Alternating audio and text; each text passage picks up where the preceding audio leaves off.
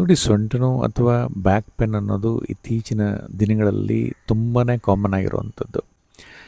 ಎಷ್ಟೋ ಜನ ಈ ಬ್ಯಾಕ್ ಪೇನಿಗೆ ಹೆದರ್ಕೊಂಡು MRI ಮಾಡಿಸ್ಕೊತಾರೆ, 4-5 ಆರ್ಥೋಪೆಡಿಕ್ ಸರ್ಜನಿಗೆ ತೋರಿಸ್ತಾರೆ, 4-5 ನ್ಯೂರೋ ಸರ್ಜನ್ಗಳಿಗೆ ತೋರಿಸ್ತಾರೆ.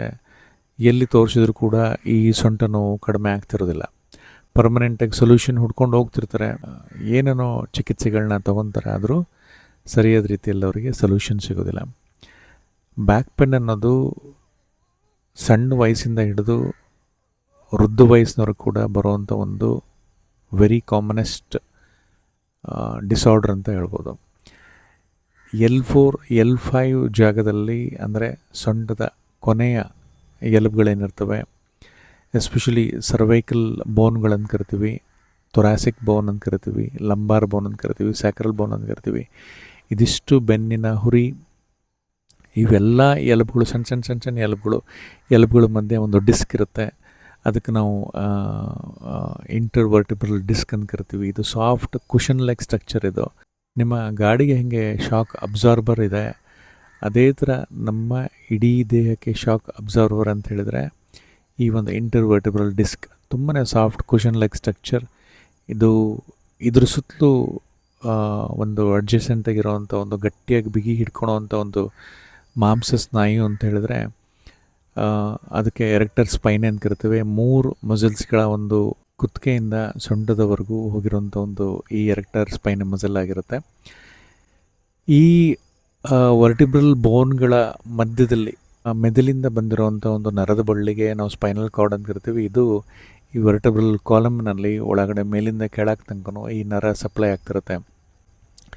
ಈ ನರದ ಪ್ರೊಟೆಕ್ಷನ್ಗೋಸ್ಕರ ಇದಿಷ್ಟು ಕಾಂಪ್ಲೆಕ್ಸ್ ಈ ಎಲುಬು, ಡಿಸ್ಕು ಮತ್ತು ಸ್ನಾಯುಗಳು, ಲಿಗಮೆಂಟ್ಸು, ಟೆಂಡಾನ್ಸ್ ಇವೆಲ್ಲ ಇರುತ್ತೆ. ಎಷ್ಟೋ ಸಂದರ್ಭಗಳಲ್ಲಿ ಇದು ಡ್ಯಾಮೇಜ್ ಆಗಿಬಿಡ್ತಾವೆ. ಜಂಪ್ ಮಾಡಿದಾಗ, ಎಲ್ಲೋ ಹಾರಿದಾಗ, ಅಥವಾ ಬಿದ್ದಾಗ, ಅಥವಾ ಭಾರ ಎತ್ತಿದಾಗ, ಸರಿಯಾದ ಟೆಕ್ನಿಕ್ನಲ್ಲಿ ಭಾರ ಎತ್ತದನೆ ಅಥವಾ ಸರಿಯಾದ ಟೆಕ್ನಿಕ್ನಲ್ಲಿ ಕೂತ್ಕೊಳೋದನೆ ಆವಾಗೆ ನಾವು ನಮ್ಮ ಈ ಸೊಂಟ ನೋವಿಗೆ ಕಾರಣ ಮಾಡ್ಕೊತೀವಿ, ಡಿಸ್ಕನ್ನು ಡ್ಯಾಮೇಜ್ ಮಾಡ್ಕೊತೀವಿ. ಡಿಸ್ಕ್ ಅನ್ನೋದು ತುಂಬ ಸಾಫ್ಟ್ ಕುಷನ್ ಅಂತ ನಾನು ಹೇಳಿದೆ. ಡಿಸ್ಕಿನ ಮಧ್ಯದಲ್ಲಿ ಒಂದು ಜೆಲ್ ಲೈಕ್ ಸಬ್ಸ್ಟೆನ್ಸ್ ಇರುತ್ತೆ.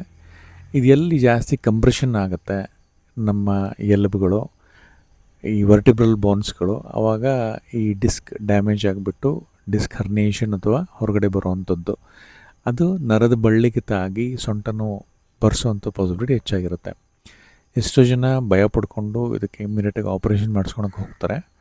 ಬಟ್ ನಾನೇನು ಹೇಳೋದು ಅಂತ ಹೇಳಿದ್ರೆ, ತಕ್ಷಣ ಸರ್ಜರಿಗೆ ನೀವು ಹೋಗ್ಲಿಕ್ಕೆ ಹೋಗ್ಬಿಡಿ. ಸರ್ಜರಿನೇ ಮೇನ್ ಟ್ರೀಟ್ಮೆಂಟ್ ಇರೋದಿಲ್ಲ. ಇದಕ್ಕೆ 2-3 ಒಪಿನಿಯನ್ ತೊಗೋಬೇಕಾಗತ್ತೆ. ಈ ವಿಡಿಯೋದಲ್ಲಿ ನೋಡ್ತಿರುವಂಥದ್ದು ಆಯುರ್ವೇದ ಪಂಚಕರ್ಮ ಚಿಕಿತ್ಸೆ, ಪ್ಯಾರಾಪಂಚಕರ್ಮ ಚಿಕಿತ್ಸೆ. ಇದಕ್ಕೆ ಕಟಿಬಸ್ತಿ ಅಂತ ಕರಿತೀವಿ ಸೊಂಟದಲ್ಲಿ. ಅದೇ ಕುತ್ತಿಗೆ ಜಾಗದಲ್ಲಿ ಮಾಡಿದರೆ ಗ್ರೀವಾಬಸ್ತಿ ಅಂತ ಕರಿತೀವಿ.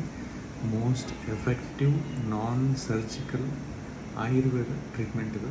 ಸಾವಿರಾರು ವರ್ಷಗಳಿಂದ ಫಾಲೋ ಮಾಡ್ಕೊಂಡು ಬಂದಿರೋವಂಥದ್ದು. ಯಾರಿಗೆಲ್ಲ ಸೊಂಟ ನೋವು, ಬೆನ್ನೋವಿದೆ, ಆಪ್ರೇಷನ್ ಮಾಡಿಸೋಕ್ಕಿಂತ ಮುಂಚೆ ಫಸ್ಟ್ ಇದನ್ನು ಟ್ರೈ ಮಾಡಿ. ನಿಮ್ಮ ನ್ಯೂರೋ ಸರ್ಜನ್ ಹತ್ರ ಪರ್ಮಿಷನ್ ತೊಗೊಳ್ಳಿ, ಟ್ರೈ ಮಾಡಿ. ನಂತರ ನಿಮಗೆ ಇಂಪ್ರೂವ್ಮೆಂಟ್ ಕಂಡು ಬಂದಿಲ್ಲ ಅಂದರೆ ಆಮೇಲೆ ನೋಡಿರಂತೆ ಅಲ್ವಾ. ಈ 2 ಯೋಗಾಸನಗಳನ್ನ ನೀವು ದಿನನಿತ್ಯ ಫಾಲೋ ಮಾಡಿ. ಮಕರಾಸನದಿಂದ ಎದೆಯ ಅಕ್ಕಪಕ್ಕ ಕೈ,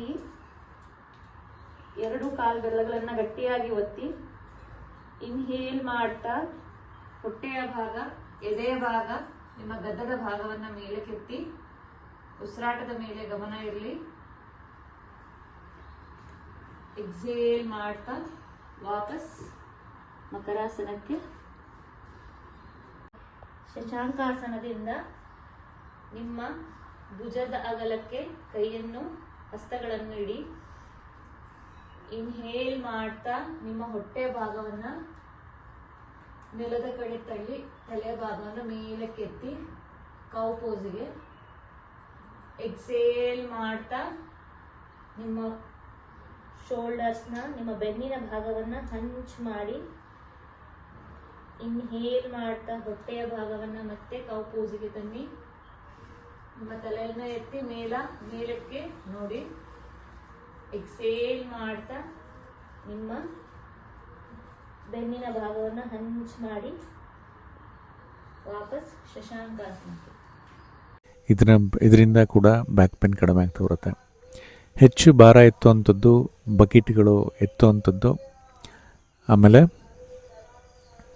ಬಗ್ಗಿ ಕೆಲಸ ಮಾಡೋವಂಥದ್ದನ್ನು ಅವಾಯ್ಡ್ ಮಾಡಬೇಕಾಗತ್ತೆ.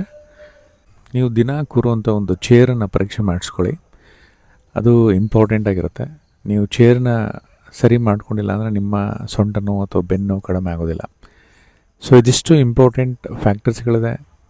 ನಿಮ್ಮ ಯಾರಿಗೆಲ್ಲ ಬ್ಯಾಕ್ ಪೇನ್ ಇದೆ ಅವ್ರು ನಿಮ್ಮ ಹತ್ತಿರದ ಆಯುರ್ವೇದ ತಜ್ಞರ ಹತ್ರ ಹೋಗಿ ಸರಿಯಾದ ರೀತಿಯಲ್ಲಿ ಇದಕ್ಕೆ ಪಂಚಕರ್ಮ ಚಿಕಿತ್ಸೆ ತಗೊಂಡ್ರೆ ಖಂಡಿತವಾಗಲೂ ನಿಮ್ಮ ಕುತ್ತಿಗೆ, ಬೆನ್ನು ಮತ್ತು ಸೊಂಟ ನೋವು ಕಡಿಮೆ ಮಾಡ್ಕೊಳ್ಲಿಕ್ಕೆ ಸಾಧ್ಯ.